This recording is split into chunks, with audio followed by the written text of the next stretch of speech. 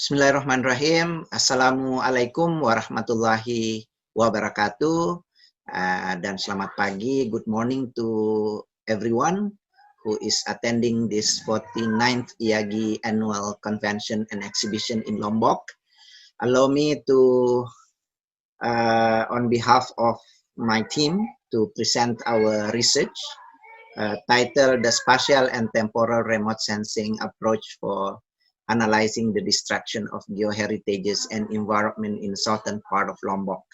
Our team consists of myself from Universitas Hasanuddin, and also Mr. Kusnadi from the Mining and Energy Agency of West Nusa Tenggara Province, Ibu Meliawati Ang from the UGG Rinjani, and Miss Yunia Pratiwi as one of the entrepreneur in tourism areas.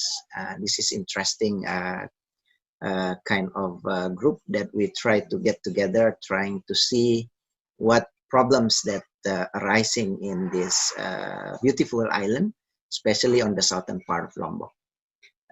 Ladies and gentlemen, allow me to continue and present this research. Our background is that Lombok, as we all know, that is now growing, becoming more popular as the site of Bali. Bali is like everybody already know, but then now Lombok and also the Sumbawa Island is also interesting to see. So the southern part of Lombok geographically consists of hilly and beaches area. And this is the one attract the tourism coming in here. And geologically, the volcanic product ages is Oligocene to Miocene. The volcanic and tectonic processes generated this beautiful rock and morphological area, make this area becoming more popular in terms of visitors, as well as also studies related to geology and geography. And I continue, the features also have geological value, as I mentioned. Why? Because now in Indonesia, now the growing terms of geopark also related to how an area can be supported in terms of geoheritage. So geologically, it has heritages. So once it has, then this will have a good potential to become a geopark, just like the Rinjani that already exists as one of the UNESCO Global Geopark. And hopefully other areas also can follow the steps of Rinjani in the future. But then because of that, we need to be careful. We need to take care to conserve the areas. And this is why we review the southern part of this area, that might be, if not, then it will go on being distracted and being more damaged on the environment, especially on the geoheritages. So as we probably know, this main geoheritage in the southern part consists of pepperite formation of submarine volcanic product, especially in Tanjung Aan. The pepper sand is called Scambrella floresiana in Aan Beach, and also the limestone cave in Prabu and Golobna joint in Sumeti. These are considered to be the geoheritages. So, and the keywords for this research is geoheritage and how we apply the spatio-temporal remote sensing on the environment change. Next question is, why do we use remote sensing? Because remote sensing approach proven to be reliable for environmental monitoring, especially on the degradation, on the destruction. This can be seen. Why? Because the character of remote sensing images, it has the time series. It has a temporal resolution. So we can see from time to time. And now it's becoming more and more cheaper, much cheaper to acquire the image. Why? Because a lot of satellite images, a lot of companies are now providing even in a very detailed resolution. Okay, and not only that, remote sensing covers a large area, and also it's continuous. So from time to time, we can acquire the image. Therefore, our research, we use the spatial and temporal remote sensing approach to analyze how the trend of this destruction of geoheritage. This really need to be taken care of. And one of the supporting tools for us to take care of this area is by having this kind of research in the future. Ladies and gentlemen, let me continue for this background. The southern part of this is also exists an illegal mining. Yeah, the mass development and illegal mining in this southern part also affect the existence of this geoheritage. And actually, luckily, we already determined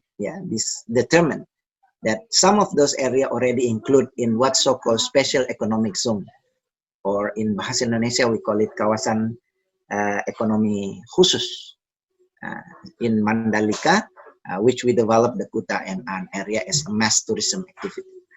And on the other hand, the increasing activity of illegal mining in that area is called Prabu Hills. We'll show you later how the image changes.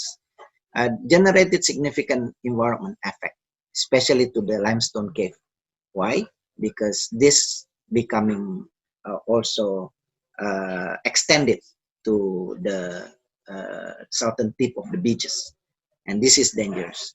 And the rate of degradation of this environment for sure will affect the geoheritage, and we need to measure about that.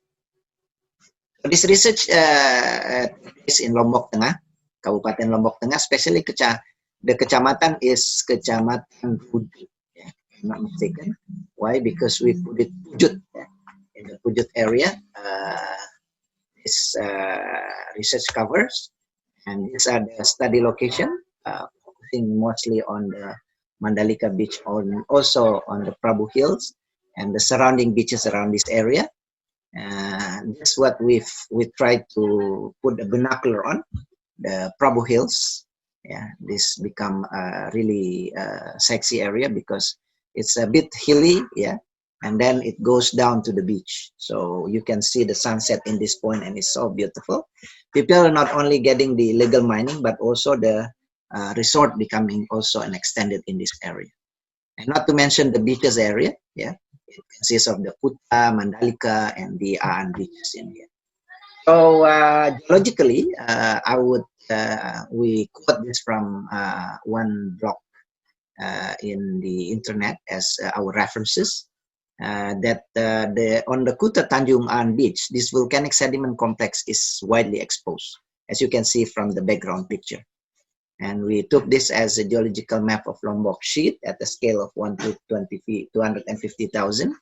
As you can probably, some of you know that the geological map of our area is mostly on the scale of 250,000. That's why we need still to make, what do you call it, detail mapping. So 1 to 5,000 or something like that.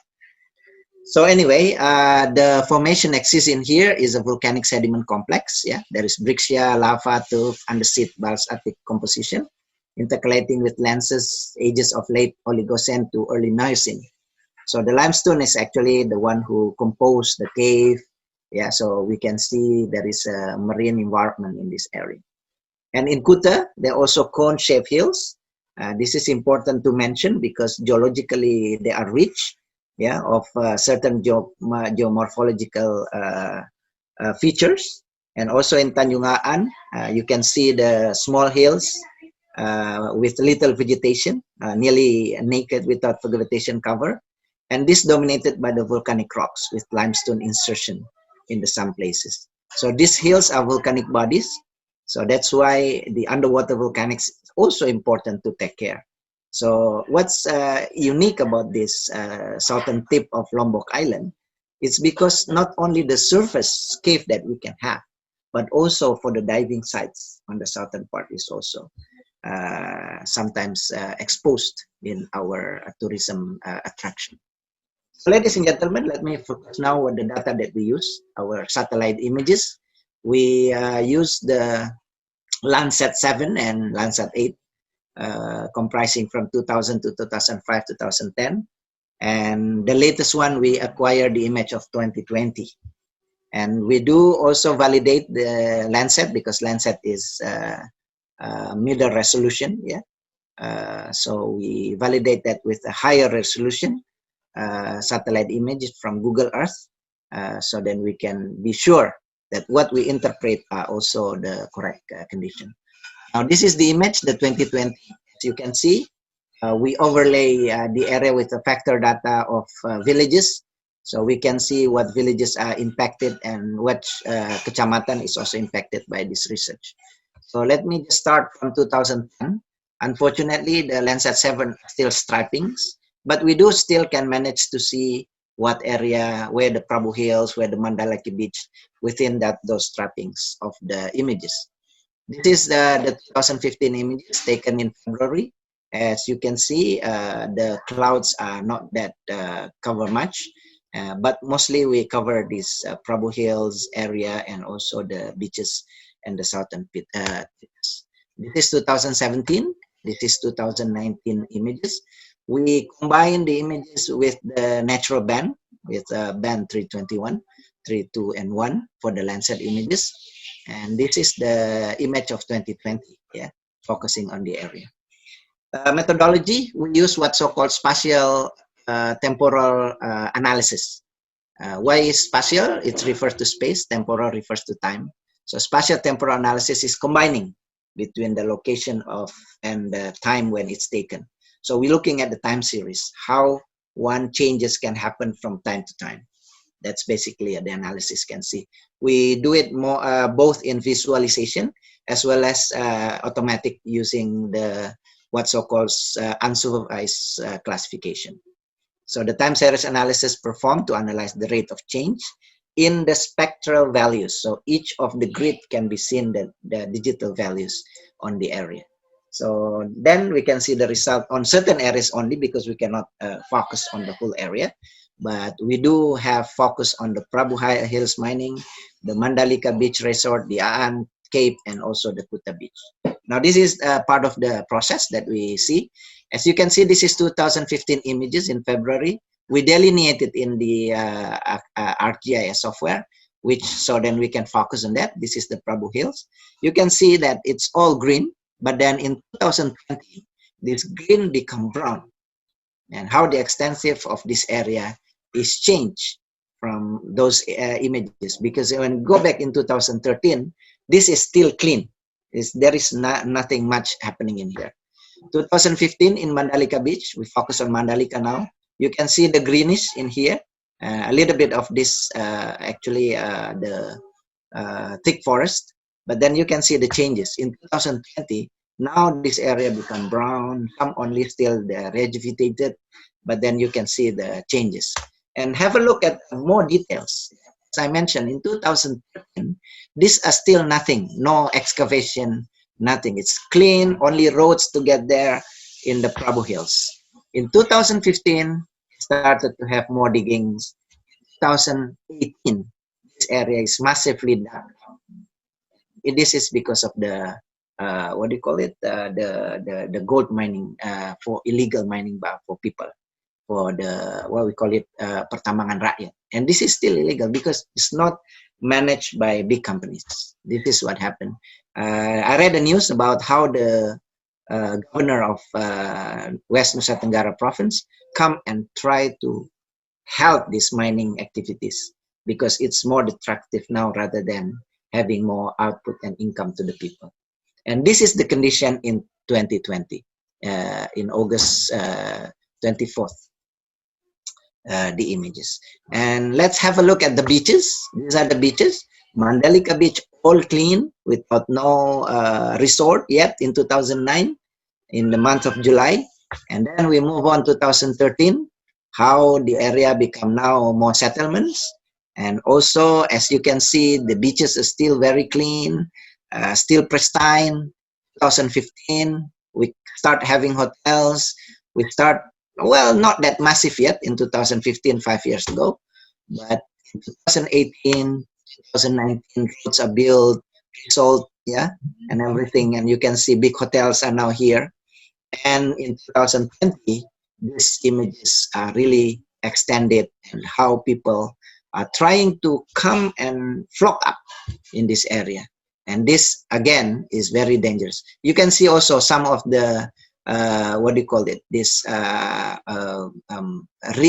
revegetated, you call it being cut, you know, forests are cut, and then all these open areas become dangerous for the environment.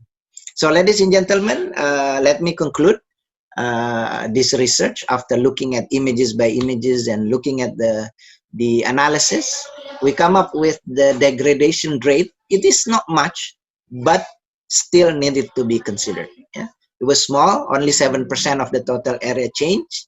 It didn't really disturb the main geoheritage area, but the illegal mining activity that occur nearly, as you can see from the images, it started 5 years ago. It's become significant in the last 2 or 1 years.